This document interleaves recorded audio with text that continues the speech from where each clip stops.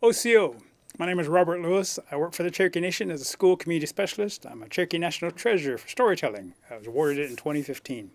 The story we're going to talk about today is about the eclipse. Now, the one I'm going to tell you is I wouldn't consider it a traditional story because it has to be along the lines of something so far back we can't remember when it was told. But this one, you can kind of figure it out basically upon the aspects that are talking about the story. It relates to something around the 1800s because it mentions firearms and pots and pans. And we didn't have that a long time ago. A long time ago, we used a bow and arrow to hunt and blowguns, as well as using pottery for our cooking utensils. So the story goes basically like this. A long time ago, when the Cherokees would get together, I noticed something. There was a darkness that seemed to come over across the landscape.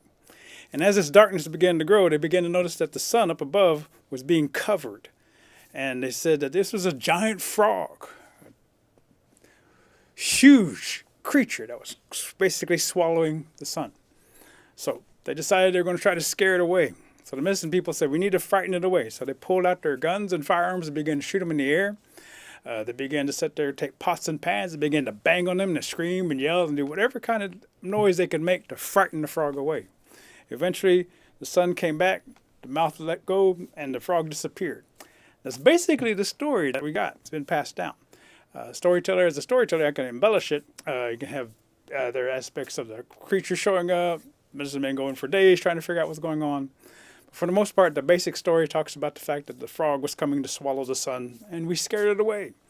So when the eclipse comes out here, we'll come out there, and amongst Cherokees, they'll go out there, and they'll be sitting there trying to frighten this frog away. I am Cherokee, Navajo, and Apache. Navajos don't have anything to do with the